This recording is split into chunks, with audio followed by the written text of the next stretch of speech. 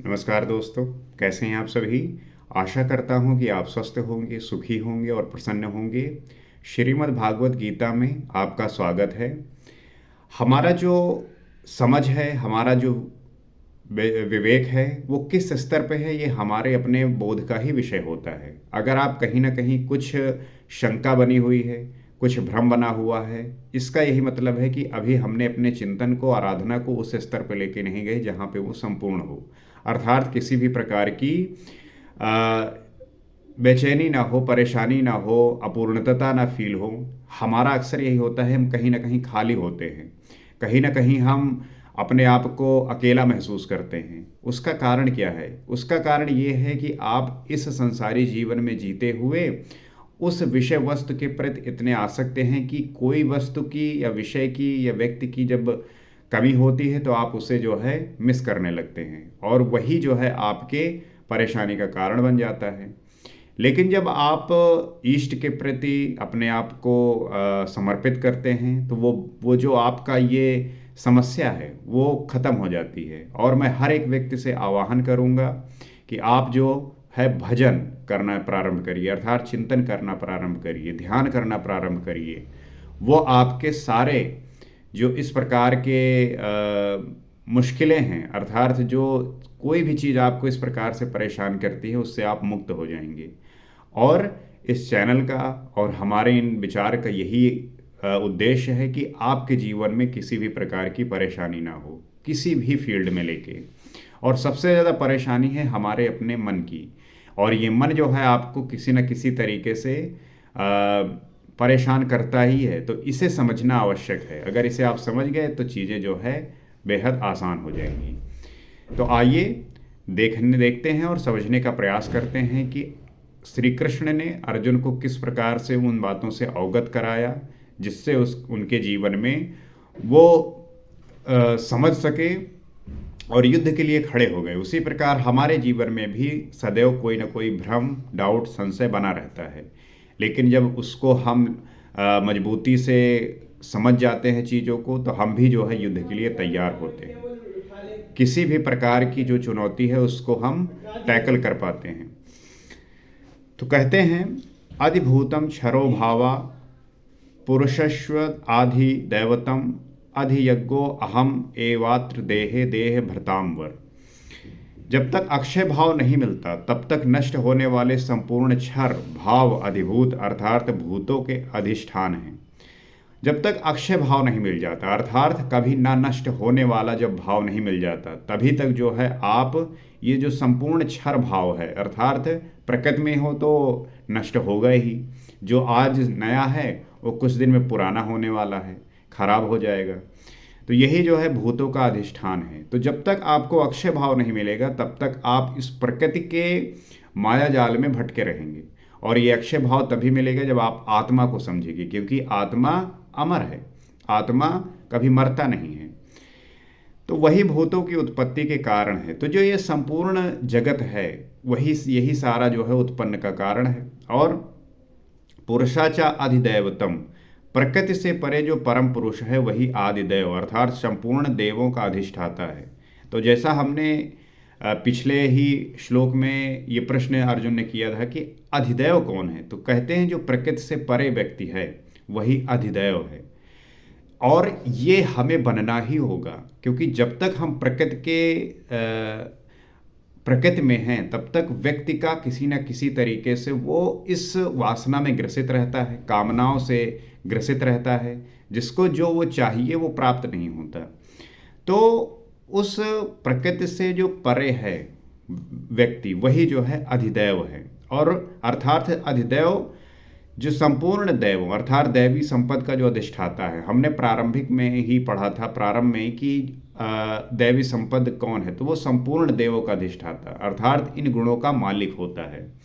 तो प्रकृति से जो परे है वही अधिदेव है। दैवी संपद उसी परम देव में विलीन हो जाती है। तो जो दैविक संपद चीजें हैं वो उसी परम देव में विलीन हो जाती हैं, अर्थात उसके अंदर वो सारे गुण आ जाते हैं। और देहधारियों में श्रेष्ठ अर्जुन, श्री कृष्ण कहते हैं, हे अर्जुन, इस मनुष्य तन में मैं ही अधियज्ञ हूँ अर्थात यज्ञों का अधिष्ठाता हूँ। अतः इसी शरीर में अव्यक्त स्वरूप में स्थित महापुरुष ही अधियज्ञ है। तो अर्जुन को ये बात समझा रहे हैं कि मनुष्य तन में मैं ही अधियज्ञ हूँ, अर्थात यज्ञों का अधिष्ठाता हूँ। तो अर्जुन को ये समझा रहे हैं कि इसी मनुष्य तन में मैं अधियज्ञ हूँ, जो यज्ञों का अधिष्ठाता है। इसी शरीर में अव्यक्त स्वरूप में एक ऐसा स्वरूप है ना प्रकृति का, जो हमें दिखता है, हम उससे सारी चीज़ें करते हैं, हमें वही महसूस होता है, लेकिन उससे जो भिन्न है अव्यक्त स्वरूप, उसमें स्थित महापुरुष अधियज्ञ है। श्री कृष्ण एक योगी थे जो संपूर्ण यज्ञों का भोक्ता है, अंत में यज्ञ उसमें प्रवेश पा जाता है। तो श्री कृष्ण योगी थे, तो वो संपूर्ण यज्ञों के भोक्ता थे, तो अंत में यज्ञ उनमें प्रवेश कर जाता है। खैर वो तो इष्ट ही है, लेकिन जो व्यक्ति अगर कोई है, अगर संपूर्ण यज्ञों का भोक्ता हो गया, तो वो ये जो यज्ञ है उसी में प्रवेश कर जाता है, वही परम स्वरूप मिल जाता है। वही परम स्वरूप कौन? जो इष्ट का है, जो परमात्मा का है, जो ईश्वर का है। इस प्रकार अर्जुन के 6 प्रश्नों का समाधान हुआ। अब अंतिम प्रश्न की अंतकाल में कैसे आप जानने में आते हैं जो कभी विस्मृत नहीं होते। तो ये सारे प्रश्नों को हम जो है समझे कि अध्यात्म क्या है, आदिदेव क्या है, कर्म क्या है। तो इन सब प्रश्नों के बाद अब प्रश्न ये उठता है कि अंतकाल में कैसे आप जानने में आते हैं जो कभी विस्मृत नहीं होते। तो वैसा कौन सा समय है जब आप जानने में आते हैं? व्यक्ति बहुत प्रयास करता है ईश्वर को जानने में, लेकिन उसके लिए बहुत सारे आपको वो त्याग, वो समझ विकसित करनी पड़ती है, तभी प्राप्त होता है। तो किस अंतकाल में आप समझ में आते हैं जो विस्मृत नहीं होता? तो कहते हैं अंतकाले चा मामेव स्मरन मुक्त्वा कलेवरम या प्रयाति सा मदभावम याति नास्तत संशय। वो कहते हैं, हे योगेश्वर श्री कृष्ण कहते हैं, जो पुरुष अंतकाल में अर्थात मन के निरोध और विलय काल में मेरा ही स्मरण करते हुए शरीर के संबंध को छोड़ अलग हो जाता है। अब श्री कृष्ण समझा रहे हैं कि कब व्यक्ति मुझे प्राप्त होता है। तो वो कहते हैं, जब व्यक्ति मन के निरोध और विलय काल में मेरा ही स्मरण करते हैं, शरीर के संबंध को छोड़ अलग हो जाता है। तो जो मन का निरोध है, अर्थात जब आपका मन पर नियंत्रण हो जाता है और मन जो आपका है वो सदैव ईश्वर में लग जाता है, और विलय काल में मेरा ही वो स्मरण करता है, जब उसका विलय होता है इस शरीर से उस परमात्मा के प्रति, और मेरा ही स्मरण करता रहता है और शरीर संबंध को छोड़ अलग हो जाता है, तो वो जो है मद भावम साक्षात मेरे स्वरूप को प्राप्त होता है, इसमें संशय नहीं है। तो वो यही कह रहे हैं कि जब वो व्यक्ति विलय के समय मेरा यही स्मरण करता है और शरीर और मन से अलग होकर मेरे प्रति उसका जो है पूरा भाव होता है, तो वो जो है साक्षात मेरे स्वरूप को प्राप्त हो जाता है। और यहाँ पे व्यक्ति सोचता है कि मैं जो है इस शरीर में जीता भी रहूं, इसका भोग भी करता रहूं और ईश्वर को भी प्राप्त कर सकूं। तो कहाँ पे क्या चीज़ें समझनी है, इससे आप समझ सकते हैं कि किस प्रकार से श्री कृष्ण ने खुद ये बातें बताई हैं कि आप उन्हें किस प्रकार प्राप्त कर सकते हैं। शरीर का निधन शुद्ध अंतकाल नहीं है, मरने के बाद भी शरीरों का क्रम पीछे लगा रहता है।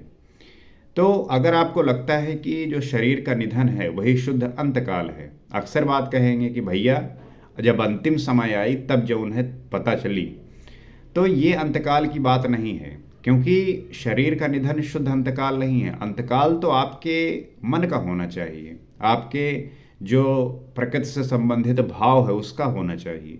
तो मरने के बाद भी शरीरों का जो क्रम है वो पीछे लगा रहता है। व्यक्ति जब मर भी जाता है उसके बाद भी जो शरीरों का वो क्रम है वो लगा रहता है।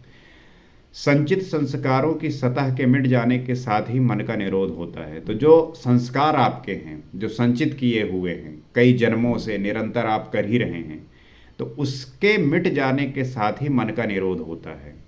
और मन भी जब विलीन हो जाता है तो वहीं पर अंतकाल है। तो जब मन का विलीन होना है वो अंतकाल कहा गया। अंतकाल का ये मतलब नहीं कि आपका शरीर जब है नष्ट हो जाए। अंतकाल का यहाँ पे मतलब है कि जब मन भी विलीन हो जाए वही अंतकाल पर है, जिसके बाद शरीर धारण नहीं करना पड़ता। लोग अक्सर कहेंगे ना कि आपको इस चक्र में आना जाना है, मृत्यु होगी फिर जन्म होगा, मृत्यु होगी फिर जन्म होगा। वो इसलिए हो रहा है क्योंकि उस व्यक्ति ने अपने मन पे विजय प्राप्त नहीं की। जिसका मन विलीन हो गया उस प्रभु चरण में, ईश्वर में, तो फिर जो है ये फिर आवश्यक ही नहीं हुआ कि वो फिर जो है दोबारा जन्म लेगा। अर्थात वो अब ईश्वर में ही विलीन हो गया, ना उसका जन्म है अब, ना मरण है। यह क्रियात्मक है, केवल कहने से वार्ता क्रम से समझ में नहीं आता। तो ये क्रियात्मक है, ये करना पड़ता है। ये कहने और सिर्फ बात करने से समझ में नहीं आता। हमारे यहाँ तो यही है ना कि हर कोई बस बात ही करता रहता है, लेकिन जब करने की बात आती है तो अरे भैया ये हमें बस के नहीं ना, ये सब वह लोग करे थे, ये पैदा हो जाती है इससे, ये सब ऐसे नहीं होते, ये भगवान के ही रूप हैं तो वह कई, लेकिन हमसे ही थोड़ी हुई, हम आम आदमी। अरे भाई सभी कर सकते हैं, सब कर सकते हैं, सभी के अंदर वो क्षमता है जो वो प्राप्त कर सकता है। तो जब तक वस्त्रों की तरह शरीर का परिवर्तन हो रहा है तब तक शरीरों का अंत कहाँ हुआ। तो जब तक वस्त्रों की तरह शरीर का जो है परिवर्तन हो रहा है, आपकी मृत्यु होती है, आप फिर से जन्म लेते हैं, फिर मृत्यु होती है, फिर से जन्म लेते हैं, जैसे आप कपड़े बदलते हैं, तो तब तक समझ लीजिए शरीर का जो है अंत नहीं हुआ। तो मन के निरोध और निरुद्ध मन के भी विलय काल में जीते जी जो शरीर के संबंधों का विच्छेद हो जाता है। तो मन का निरोध और निरुद्ध मन के भी विलय काल में जो जीते जी शरीर को जो है संबंधों से विच्छेद हो जाता है, वो व्यक्ति जो है उसको प्राप्त होता है। यदि मरने के बाद ही यह स्थिति मिलती तो श्री कृष्ण भी पूर्ण ना होते। अगर मरने के बाद ये स्थिति मिल जाती तो हर एक व्यक्ति प्राप्त हो जाता, सभी की मृत्यु होती है। उन्होंने कहा कि अनेक जन्मों के अभ्यास से प्राप्ति वाला ज्ञानी साक्षात मेरा स्वरूप है। तो व्यक्ति जो है अक्सर होता है कि उसकी मन में कोई ना कोई इच्छा रह जाती है, उसके परिणाम स्वरूप उस इच्छा की पूर्ति के लिए फिर से उसका जन्म होता है। तो अनेक जन्मों के अभ्यास से जब व्यक्ति को इस समझ होती है तब उसकी प्राप्ति वाला जो ज्ञानी है वही साक्षात मेरा स्वरूप होता है। मैं वो हूँ और वो मुझ में है, और जब स्थिति आती है तो वो जो है उनमें होते हैं और वो जो ईश्वर जो है आप में होते हैं। इसीलिए देखेंगे कि इस संसार में बहुत सारे ऐसे महात्मा हुए हैं जो उन्हीं के सदृश हो जाते हैं, अर्थात ईश्वर उनमें निवास करते हैं, वो जो है ईश्वर में निवास करते हैं। तो लेश मात्र भी उसमें और मुझ में अंतर नहीं है, वो मेरे सदृश होते हैं। मैं वो हूँ और वो मैं हूँ।